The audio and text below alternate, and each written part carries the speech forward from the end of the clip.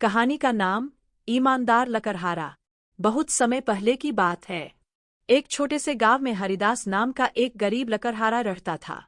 वह रोज सुबह जल्दी उठकर जंगल जाता, पेड़ काटता और लकड़ियां बेचकर अपना और अपने परिवार का पेट पालता था। हरिदास बहुत ईमानदार और मेहनती था। वह कभी किसी का नुकसान नहीं करता था। चाहे जितनी भी गरीबी हो, उसने कभी झूठ या चोरी का सहारा नहीं लिया। एक दिन की बात है।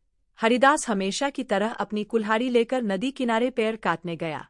वह एक पेड़ काट ही रहा था कि उसका पैर फिसल गया और उसकी कुल्हाड़ी सीधी नदी में जा गिरी। नदी बहुत गहरी थी और उसमें तेज पानी बह रहा था। हरिदास बहुत परेशान हो गया। वह बैठकर रोने लगा, अब मैं क्या करूं? यही कुल्हाड़ी मेरे रोजी रोटी का सहारा थी। उसी समय नदी के देवता प्रकट हुए। उन्होंने पूछा, क्यों लकड़हारे, तुम क्यों रो रहे हो? हरिदास ने हाथ जोड़कर कहा, हे देवता, मेरी लोहे की कुल्हाड़ी नदी में गिर गई है, अब मैं काम कैसे करूंगा? देवता मुस्कुराए और नदी में डूब गए। थोड़ी देर बाद वे सोने की एक चमकदार कुल्हाड़ी लेकर बाहर आए। उन्होंने कहा, क्या यह तुम्हारी कुल्हाड़ी है? हरिदास ने तुरंत कहा, नहीं देवता, यह मेरी नहीं है। मेरी कुल्हाड़ी तो लोहे की थी।